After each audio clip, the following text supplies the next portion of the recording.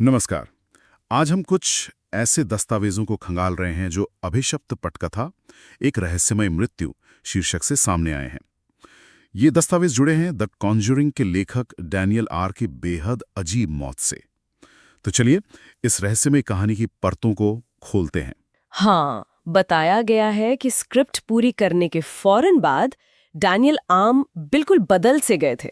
अच्छा, मतलब एकदम अचानक। हाँ, बिल्कुल।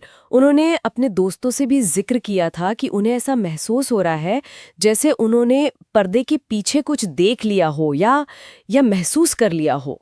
पर्दे के पीछे, ये सुनने में ही अजीब लगता है। और बात यहीं खत्म नहीं हुई। उन्हें लग रहा था जैसे कहानी मतलब वो खुद ब खुद लिखी जा रही है। खुद ब खुद? कैसे? उनके टाइपराइटर पर रात भर में पन्ने अपने आप प्रकट हो रहे थे, ऐसा उनका कहना था। ये तो बहुत ही असाधारण दावा है। मतलब सीधे सीधे अलौकिक लगने वाली बात। बिल्कुल। और फिर उनकी वो आखिरी रात, जो दस्तावेज बताते हैं, उन्होंने अपने निर्माता को फोन किया, बिल्कुल फुसफुसाते हुए। और क्या कहा उन्होंने? उन्होंने कहा, ये सिर्फ एक फिल्म नहीं रही, ये अब मुझे जानती है। ये मुझे जानती है। बाप रे, ये सुनकर तो वाकई रोंगटे खड़े हो जाते हैं। मतलब कहानी एक जीवित चीज बन गई। हाँ, ऐसा ही कुछ। और अगली सुबह उन्हें उनके अपार्टमेंट में मृत पाया गया। मृत? पर मौत कैसे हुई, क्या पता चला? यही तो रहस्य और गहराता है। शरीर पर कोई बाहरी चोट का निशान नहीं था, बिल्कुल भी नहीं। कोई निशान नहीं? नहीं, आंखें पूरी तरह खुली हुई थीं और चेहरा जैसे खामोश चीख में जम गया हो। ओह, और ये तो बहुत भयानक तस्वीर पेश कर रहे हैं स्रोत। और सबसे अजीब बात, अपार्टमेंट के जितने भी शीशे थे वो सब अंदर की तरफ से टूटे हुए थे, बाहर से नहीं, अंदर से। अंदर से? यहाँ देखिए, स्रोत हमें मौत का एक ऐसा विवरण दे रहे हैं जो मतलब भौतिक रूप से समझाना लगभग नामुमकिन सा लगता है। शरीर का अछूता होना पर शीशों का इस तरह अंदर से टूटना, ये किसी भी सामान्य तार्किक स्पष्टीकरण को चुनौती देता है। हाँ, बिल्कुल। और ये डिटेल्स ये जानबूझकर उस कहानी के डरावनी माहौल को और पुख्ता करते हैं जिस पर वो काम कर रहे थे। एक तरह से कहानी और हकीकत मिल रही हो जैसे। सही कहा। और फिर एक और चीज मिली, स्क्रिप्ट का आखिरी पन्ना। आखिरी पन्ना? हाँ, उस पे क्या था? उस पर एक ही लाइन गहरे लाल रंग की स्याही से बार बार लिखी हुई थी। लाल स्याही से? हाँ। क्या लाइन थी वो? उसे उसकी कहानी बताने मत देना। Don't let them tell her story. उसे? हाँ।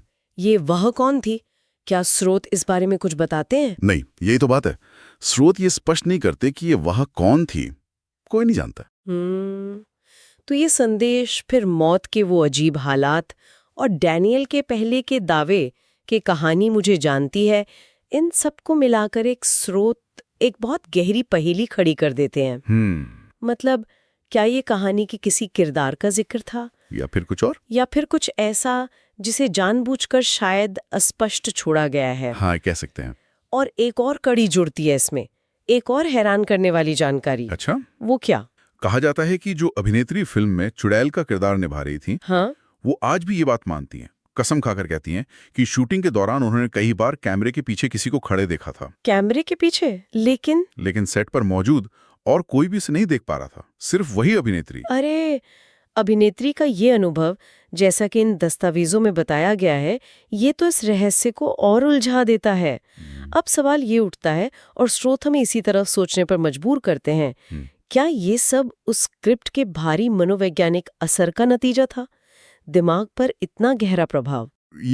या फिर जैसा कि कहानी का इशारा लगता है, क्या वाकई कुछ अलौकिक घट रहा था? ये हमें दिखाता है कि कैसे इन वर्णनों में कहानी और असलियत के बीच की जो रेखा है, उसे कितना धुंधला कर दिया गया है। तो कुल मिलाकर डैनियल आर का वो अजीब व्यवहार, उनकी वो समझ से परे मौत, वो चेतावनी वाला संदेश जो मिला, और फिर अभिनेत्री का वो अनुभव, ये सब मिलकर एक ऐसी तस्वीर बनाते हैं जिसका कोई सीधा साफ जवाब इन स्रोतों में तो नहीं मिलता। हाँ, बिल्कुल। ये अंश हमें एक गहरे अनसुलझे रहस्य के साथ छोड़ जाते हैं। वर्णन के अनुसार ऐसा लगता है जैसे लेखक और उसकी रचना के बीच का रिश्ता इतना गहरा, इतना तीव्र हो गया कि दोनों के बीच की सीमा ही जैसे मिट गई।